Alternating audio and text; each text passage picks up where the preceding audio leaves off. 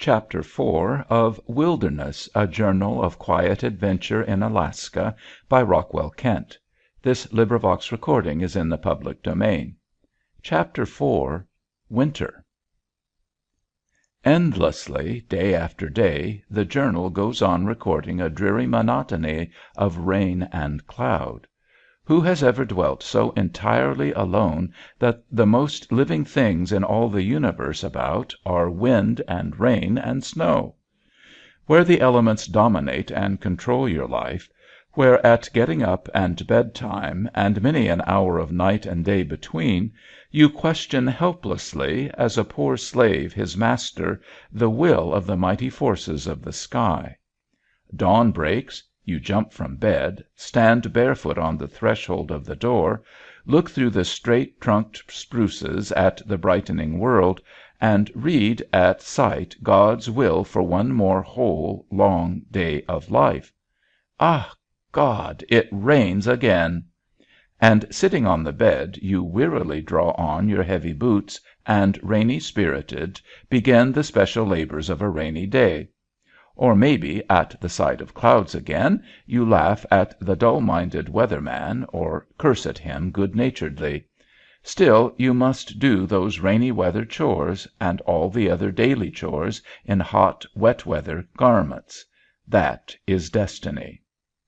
Most of the time, to do ourselves real justice, we met the worst of weather with a battle-cry, worked hard, and then made up for outdoor dreariness and wet by heaping on the comforts of indoors, dry, cozy warmth, good things to eat, and lots to do. We have reached late fall, for northern latitudes. The sky is brooding ominously, heavy, dull, and raw. Winter seems to be closing in upon us. We're driven to work as if in fear. Hurry, hurry! Saw the great drums of spruce, roll them over the ground, stack them high. Caulk tight with hemp the cabin's windward eaves, so that no breath of wind can enter there, and freeze the food inside upon the shelf. Set up the far-famed air-tight stove where it will keep you warm feet in bed and a warm back while painting. Patch up the poor storm-battered paper roof. 2 or 3 holes we find, and we are sure it leaks from 20. About the cabin pile the hemlock boughs, dense-leafed and warm, making a green slope almost to the eaves. Now it looks cozy. Outside and in, the last is done to make us ready for the winter's worst, and just in time. It is the evening of October 22nd, and the feathery snow has just begun to fall. Olson comes stamping in. "Well, well!" he cries. "How's this? How does our winter suit you?" It suits us perfectly. The house is warm, Rockwell's in bed, and I am reading Treasure Island to him. "What are you going to make of him?" asked Olson that night, speaking of Rockwell. I was at that moment pouring beans into the pot for baking. I slowed the stream and dropped them one by one. Rich man, poor man, beggar man, thief, doctor, lawyer, merchant, chief. How in the world can any one lay plans for a youngster's life? Rockwell lay in his bed dreaming, maybe, of an existence lovelier far than anything the poor discouraged imagination of a man could reach. A child could make a paradise of earth. Life is so simple. Unerringly he follows his desires, making the greatest choices first, then onward into a narrowing pathway until the true goal is reached. How can one preach of beauty or teach another wisdom? These things are of an infinite nature, and in every one of us in just proportion. There is no priesthood of the truth. We live in many worlds, Rockwell and I. The world of the books we read, an always changing one, Robinson Crusoe, Treasure Island, the visionary world of William Blake, the saga age, water babies, and the glorious Celtic past, Rockwell's own world of fancy, kingdom of beasts, the world he dreams about and draws, and my created land of striding heroes and poor fate-bound men, real as I have painted them, or to me nothing is. And then all round about us our common, daily island world, itself more wonderful than we have half a notion of. Is it to be believed that we are here alone, this boy and I, far north out on an island wilderness, sea girt on a terrific coast? It's as we pictured it and wanted it a year and more ago. Yes, dreams come true. And now the snow falls softly. Winter, to meet our challenge, has begun. Short notes in the journal mark Treasure Island's swift passage. Then enter water babies. Just after Rockwell's heart and mine. I have recorded it. But Kingsley must lose his friends, a warning to the snob in literature. How it did weary us and madden us, his English gentry pride, unless we outright laughed. At last it's finished. That's an event. When Kingsley isn't showing off, he's moralizing, and between his religious cant and his English snobbery, he is, in spite of his occasional sweet sentiment, quite unendurable. So tonight we read from Andersen's Fairy Tales, forever lovely and true. Children have their own fine literary taste that we know quite too little about. They love all real, authentic happenings, and they love pure fairy tale. But to them fiction in the guise of truth is wrong, and fairy romance, unconvincing in its details, is ridiculous. Action they like, the deed, not thought about it. Doubtless the simple saga form is best of all. Life as it happens, neither right nor wrong, words that they can understand, things they can comprehend, interesting facts or thrilling fancy. Such simple things delight the child that half of Robinson Crusoe and 3/4 of the smug family from Switzerland are forgiven for the sweet kernel of pure adventure that is there. As for adventure, that is relative. Where little happens and the gamut of expression is narrow, life is still full of joy and sorrow. You're stirred by simple happenings in a quiet world. The killer whales that early in September played in the shoal water of our cove, not 30 feet from land, rolled their huge shining bodies into view, plunged, raced where we still could follow their gleaming white patch under water. That's a thrill. The battles that occurred that month between huge fish out in the bay, their terrible, mysterious black arms that beat the water with a sound like cannon, the plunge into the depths of the poor frantic wounded whale, and his return again for air, again the thunder sound and flying foam and spray as the dread black arm is beating on the sea, then calm. You shudder at that huge death. That was a drama for Fox Islanders. And later the poor magpie's death. Real tears were shed from a poor boy's half-broken heart. 2 strangers come these days and stop with Olson. They're on the search of that small craft that we saw driving seaward in a tempest. There is a mystery. Was she adrift, unmanned, broke from her moorings, or was there life aboard as we had thought? In that case she'd been stolen, and who were the men and where? Wrecked safely on some island, drowned, or driven out to sea? No man shall ever know. A porcupine is captured wandering near our house. We build for him a cozy home. He doesn't like it much, but still he should. We care for him day after day. He twines himself about our hearts. Then at last one day when we'd pastured him in freedom out in the new fallen snow, trusting his tracks to lead us to him, the goats cut in and spoiled the trail and he was lost to us. Olson has gone to Seward. Days of waiting, days of waiting.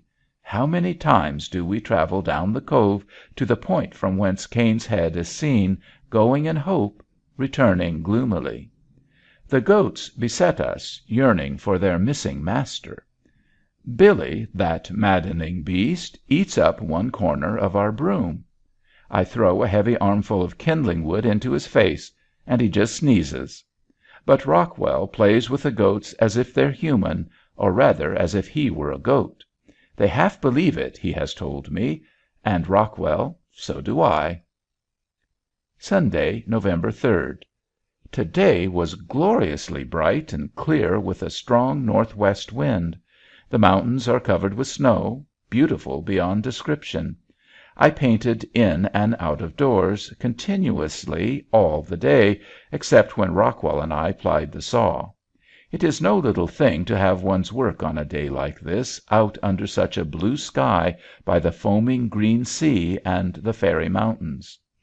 3 days go by. It rains and hails and snows, and then is quiet. Over the dead still air comes the roar of pounding seas. Immense and white, they pile on the black cliffs of Caine's Head, the wash of a storm at sea. Still over the heavy glassy water we look in vain for Olson. Dark days, and the short hours are long with waiting. How many times we traveled down the cove to look toward Seward! How many score of times we peered through the little panes of our west window, never to find the thing we sought for! I've loaded my arms with firewood from the pile. I turn my head, and there in our cove before my very eyes at last is Olson. This is November 6th, 9 days away. "The war is over!" cried Olson as he landed.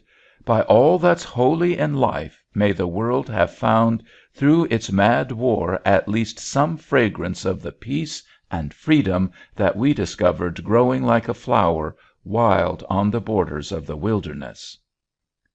Long into night I read the mail, count sweaters, caps, and woolen stockings, all that the mail has brought. It is late. Rockwell is asleep. The room is cold. It snows out of doors. And now, instead of bed, I'll stir the fire and begin my work. Thursday, November 7th. A true winter's day, with the snow deep on the ground, and the profound and characteristic winter silence of the out of doors to be sensed even in this ever silent place. At earliest daylight began a heavy thunderstorm with lightning all about and a downpour of hail. It occurred intermittently throughout the morning. I did the washing, using Olson's washboard and getting the clothes nearly white. Olson is full of amusing gossip. To the curious in Seward who asked him why I chose to be in this God forsaken spot, he replied, "You damn fools, you don't understand an artist at all. Do you suppose Shakespeare wrote his plays with a silly crowd of men and women hanging around him? No, sir, an artist has to be left alone." "Well, what does he paint?" "That's his business. Sometimes I see he has a mountain there on a picture, and next time I see it's been changed to a lake or something else." One can imagine Olson with his questioners. The thing he most wants, his ambition, one might say, is to make people sit up and take notice of Fox Island, his homestead. It is, in fact, one reason why he brought us here to live. Thanks to its amateur detective, Seward had rejoiced for a short time in rumors of a German spy on Fox Island. I told Olson that the authorities might still come and remove me. He flared up. "I'd like to see 'em try it. We could take to the mountains with guns, and more than one of them would never try the thing again." And then he went on to tell me how in Idaho he had tracked for days and weeks a notorious gang of outlaws and horse thieves and at last run them to earth, one of his most thrilling and, I believe, absolutely true stories of his adventures. At this moment a steamer is blowing in the bay, navigating by the echo from the mountain faces. She is near to us now, but hidden by the snowstorm. Rockwell has begun to write the story of a long, waking dream of his. It's a sweet idea, and reads more amusingly in his own queer spelling. Now, though it is already late, I must draw a while longer, and then, after bathing in the bread pan, sit up in bed and read a chapter of the life of Blake. Friday, November 8th. It is so late that I half expect to see the dawn begin. I have been working on a drawing of Rockwell and his father, and it looks ever so fine. Whew! Just at this moment the wind has swept down upon our cabin and blown the roof in as far as it would with great creaking yield, and then passed on, sucking it out in its wake to such a spread that a board that lay across overhead like a collar beam has fallen with a crash and clatter, and Rockwell sleeps on. The wind does blow to night, and it doesn't stop outside the walls of the cabin either. My lamp flutters annoyingly. But the room is comfortable and warm. This morning, it being at first wondrously fair, Rockwell and I set out for a boat ride. But what with the fussing of installing our motor and the launching of our cumbersome boat, the wind was given time to rise and spoil the day for us. But we went out into the bay and played in the waves to see what the north wind could do. The chop was devilish, short and deep, the boat bridged from one crest to another with it seemed a clear tunnel underneath, and then running up onto a wave mountain she would jump off its dizzy peak, landing with a splash in the valley beyond and dousing us well with water. In a calmer spot I stopped the engine and sketched our island, after which we rowed home. The rest of the day we worked on the motor, first to find out why she wouldn't run, then, having found and fixed that, to put other parts in still better order, and then, by far the longest time and still to continue to morrow, to mend what in the course of our fixings we had broken. Rockwell's in bed, asleep, dreaming of the little wild nightingale that sang of freedom to that poor unhappy Chinese emperor, while far from here in streets and towns the tin nightingale of law-made liberty charms the world. And it's now my reading time, my time for bread and jam and a soft cushioned back. The days run by, true winter days, snow, cold, and wind. What wind!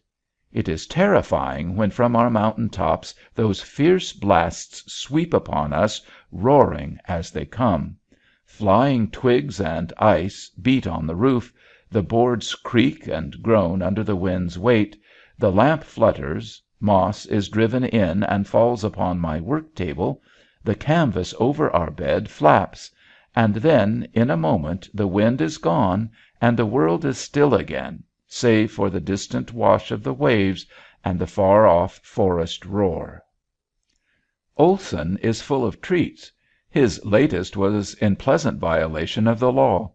From a bottle of pale liquid half filled with raisins he poured me a drink, mixing it with an equal amount of ginger ale and a dash of sugar. It tasted pretty good, quite thrilling, in fact. "What is it?" I asked. "Pure alcohol," he said, smacking his lips. Olson then launched forth on confidential advice, from one trapper to another, on how to trap men, in my case rich patrons.